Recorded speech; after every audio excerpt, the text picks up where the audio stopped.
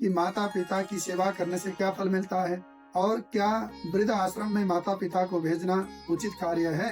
देखिए, माता पिता को वृद्ध आश्रम में भेजना बहुत ही अनुचित कार्य है।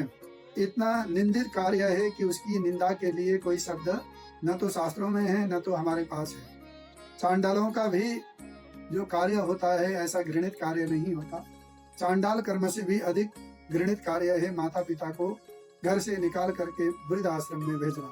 माता पिता की सेवा करने से क्या फल मिलता है उस विषय में हम आपको बताएं। सर्वतीर्थमयी माता सर्वदेवमयी पिता। माँ के चरणों में सारे तीर्थ होते हैं और पिता के चरणों में सारे देवी देवताएं होते हैं।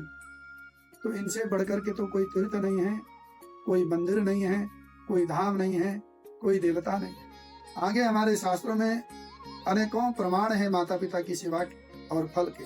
मातु पितुर्गुरु चैव भगिन्या अतिथेस्तथा यस्मिन् गेहे पदम वियाति गृहस्थ सतु पुण्यवान। जिसके घर में माता पिता के एक बार भी कदम पड़ते हैं, चरण पड़ते हैं, साथ में गुरु के चरण पड़ते हो, जिस घर में आपने बहन के चरण पड़ते हो और अतिथि जिस घर में आते हो वो घर नहीं, वो घर तो मंदिर है। और ऐसा मंदिर स्वरूप घर सामान्य मनुष्य को नहीं मिलता। जो अतिशय पुण्यवान होगा उसको ही ऐसा घर मिलता है।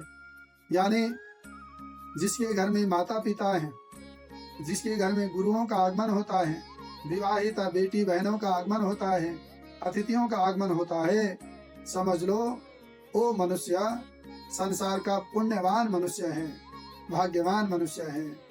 आपको आपके प्रश्न का हम क्या उत्तर दें। जिस घर में माता पिता हो वो घर संसार के 64 करोड़ तीर्थ के समान है, धामों के समान है, 33 कोटि देवी देवताओं के मंदिर के समान है। जिनके चरणों से इतनी पावनता आती हो ऐसे माता पिता को कोई वृद्ध आश्रम में छोड़ आए तो उससे बड़ा दुर्भागी, उससे बड़ा अभागी संसार में और कौन होगा। आपका प्रश्न बड़ा ही उत्तम था। हमने आपके प्रश्न के उत्तर में आपको ये प्रमाण प्रदान किया।